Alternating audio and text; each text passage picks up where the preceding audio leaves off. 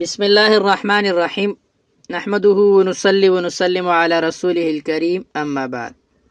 نزمنگا اولنې سبق محترم ناظرین دې چینل باندې تاسو بیا رد الها جدید فلسفه رد مغربیت جدیدیت اور درس نظام اکثر کتابونو کې درسونه هغه شروع کیږي د لفظ نه او ذهن کې دا خبره کیدی چې کله منګه بیا زنجیری ترکیبونه کو نو هغه هم شروع کیږي د کم ځای نه د لفظ نه. نو د دې وجنه د ټولو نه مخکې علم النحو شروع چې کوي نو هغه کوي د لفظ نه او د هغې وجه هم دا ده چې ګوره چې کله انسان تر څو پورې خبره نه کړي د هغې پته نه لګي او چې کله خبره وکړي د هغې نه وروسته موږ ته پته لګي چې دا خبره ټیک ده او یا غلطه ده. نو د دې وجې نه علم النحو شروع کوي د لفظ نه او چې کله او لفظ هغې ته وایي ما یتلفظ به الانسان چې په کوم څیز باندې انسان تلفظ کوي هغې ته وایي لفظ. اصل کې لفظ په لغت کې وایي د هغې معنا د لغوي الرمي یو شی ایشتل غورځول. نو بیا دا رمی به دوه قسمه دی، یو رمی چې کومه دی د خولې نه غورځول دي او یو د خولې نه علاوه د بل څیز نه غورځول دي. مثلا یو عربي محاوره ده اکلت التمرة ولفظت النواة، ما کجوره وخوړه او د هغې هډوکي مې څوک وغورځو، لفظ ولا راغلی لفظتو. نو د دې وجې نه لفظ اصل کې وایي غورځولو ته. او چون کې انسان چې کله گفتگو کوي نو دا خبرې د دې خولې نه وځي که نه نو دا په شان د غورځولو دي. د دې وجې نه دې ته هم وایي لفظ. عربۍ کې د دې تعریف داسې کړی دی ما یتلفظ به الانسان حقیقتا کان او حکما مفردا کان او مرکبا محملا کان او موضوعا، یعنی هغه څیز چې په هغې باندې انسان تلفظ کوي حقیقي وي یا حکمي وي، مفرد یا مرکبي، محمل یا موضوعي، نو دې ته وایي لفظ. بیا د لفظ دوه قسمونه دي، یو ته وایي لفظي موضوع او یو ته وایي لفظي محمل. یا تاسو نومونه د دې نور هم شته، یو ته وایي لفظي مستعمل او یو ته وایي لفظي غیر مستعمل، یو ته وایي لفظي با معنا او یو ته وایي لفظي بې معنا. څه نوم چې تاسو ورکوئ ایز یور چوایس، ستاسو خپل چایس دی، خو به هر حال د لفظ دوه قسمونه دي، یو ته وایي لفظي مستعمل او یو ته وایي لفظي محمل. لفظي مستعمل څه ته وایي؟ معنادار لفظ ته، هغه لفظ چې د هغې معنا وي وجه سره هم تاسو جوړولی شئ، بیا به تعریف اسان شي. معنادار لفظ ته لفظي مستعمل وایي او بې معنی لفظ ته لفظي محمل وایي یا لفظي بې معنا ورته وایي. مثال زه تاسو ته مثال درکو په پښتو کې. ګوره منګه چې کله چاته ست کوو که نه خپلې ملګري ته نو موږ ورته وایو راځه چای مې وڅکه، وایو که نه؟ نو دا چای خو معنا شته که نه چې هغه پکې پی وي او پکې چینی اچولي او پکې چې کومه دی وچه چای وي پتې وي نو دې ته چای وایي، خو دا مې پکې څه شی دی؟ نو دقه مې دی لفظي محمل او دا هم د کلام د ښایست دپاره راوړی کېږي.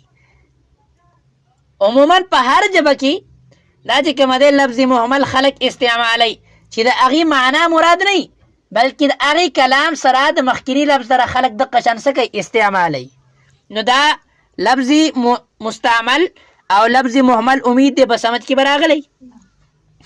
نو ټول نه مخکې موږ وي لفظ تعریف رالی، بیا د لفظ دوه قسمونه راغله لفظي مستعمل او لفظي محمل. بیا د لفظي محمل سره چون کې بحث نه کوي ځکه چې د هغې څه معنا نشته، نو بحث به کوي نحویین د لفظي مستعمل سره. او لفظي مستعمل بیا دوه قسمونه دي، یو ته وایي مفرد او بل ته وایي مرکب. مفرد او مرکب. مفرد څه ته وایي او مرکب څه ته وایي؟ مفرد د دې لغوي معنا ده یوازې کړی شوی او د مرکب لغوي معنا ده یو ځای کړی شوی.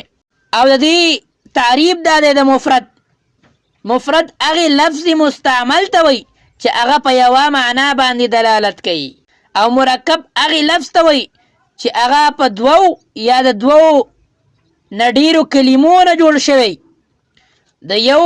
د دوو یا د دوو نه ډېرو کلمو نه جوړ شوی نو هغې ته مرکب. او یو بل تعریف به د کله چې جزء لفظ په جزء معنا باندې دلالت کوي نو هغې ته وایي مرکب، خو چې کله جزء لفظ په جزء معنا باندې دلالت نه کوي نو هغې ته وایي مفرد. مثال طور در کوم، موږ رالو زید، نو په زید کې لفظ که دا زید موږ ټوکړي ټوکړي کو نو زا شوه، یا شو، دال شو، درې لفظونه دي. نو اوس موږ تعریف وکړو چې جزء لفظ په جزء معنا باندې دلالت کوي نو زا په جدا معنا باندې دلالت نه کوي، یا په جدا معنا باندې دلالت، دال په جدا معنا باندې دلالت، خو چې کله دا یو ځای کې نو په یو معنا باندې دلالت کوي، ذات زید، ذات زید. او دغه شان د مرکب تعریف موږ دا وکړو چې جزء لفظ جزء معنا باندې دلالت کوي، لفظ جزء د معنی په جزء باندې دلالت کوي نو هغې ته مرکب. مثلا ګوره زید خو موږ وکتو چې دلالت نه کوي، خو موږ وایو غلام و زیدین، نو غلام یو لفظ دی او زید بل لفظ دی، نو غلام په یو معنا دلالت وکړه او زید په بله معنا باندې دلالت وکړو. د دې وجې نه دې ته به موږ وایو څه؟ مرکب. او اولني ته به څه وایو؟ مفرد. تعریف په سمجھ کې راغلی؟ اچھا، د دې نه مخکې به موږ ځو د مفرد او مرکب تقسیم ته. د ټول نه مخکې چونکې مفرد دی نو د مفرد تقسیم به موږ وکړو. د مفرد ګوره دې مفرد ته کلمه هم وایي، څه ورته وایي؟ او د کلمې درې قسمونه دي. الکلمة على ثلاثة اقسام، اسم وفعل وحرف. د کلمې څو قسمونه دي؟ درې. یو ته اسم وایي او بل ته فعل وایي او بل ته حرف وایي. اوس اسم څه ته وایي، فعل څه ته وایي او حرف څه ته وایي؟ اسم هغې کلمې ته وایي چې د وضع په اعتبار سره صرف او صرف یوازې بغیر د څه میلاوېدو نه په خپل معنا باندې دلالت وکړي. هغه کلمه چې د وضع په اعتبار سره یوازې په خپله معنا باندې دلالت وکړي نو هغې ته وایي اسم. ګورئ موږ وایو او په هغې کې به زمانه هم نه وي، او په هغې کې به زمانه هم په خپله معنا باندې دلالت هم وکړي او په هغې کې به زمانه هم نه وي.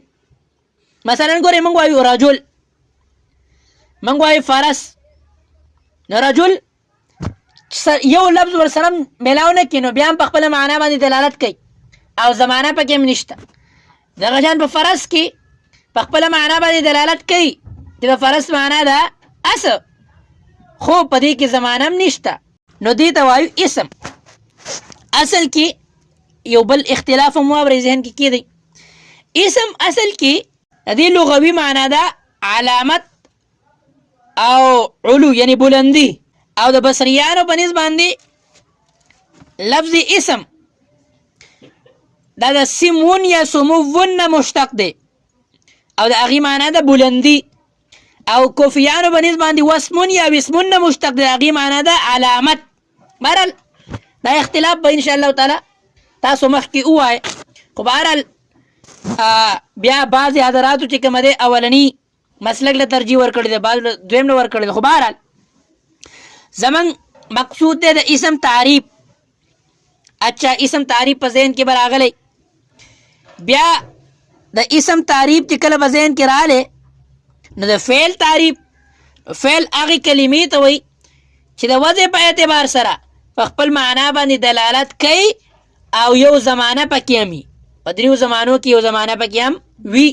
ضربه، نو ضربه معنا دا ده هغې یو سړي هغې یو سړي په تېره شوې زمانه کې نو په دې کې زمانه هم راله او د هغې سره سره په خپل معنا باندې په خپله دلالت هم وکړه. حرف څه ته وایي؟ د حرف اصل کې لغوي معنا ده طرف، او په اصطلاح کې حرف هغې کلمې ته وایي چې یوازې په خپله معنا باندې دلالت نشي کولی چې تر څو پورې ورسره بله کلمه میلاو شوې نه وي. من اله، نو من اله په خپله معنا باندې دلالت نه کوي، خو ها چې کله ورسره موږ یو اسم میلاو کړو نو بیا په هغې باندې دلالت کوي. مثلا من البلد، د ښار نه، الی البلد، خار پورې پوه شوي نو دا اسم فعل او حرف په سمت کې به راغلی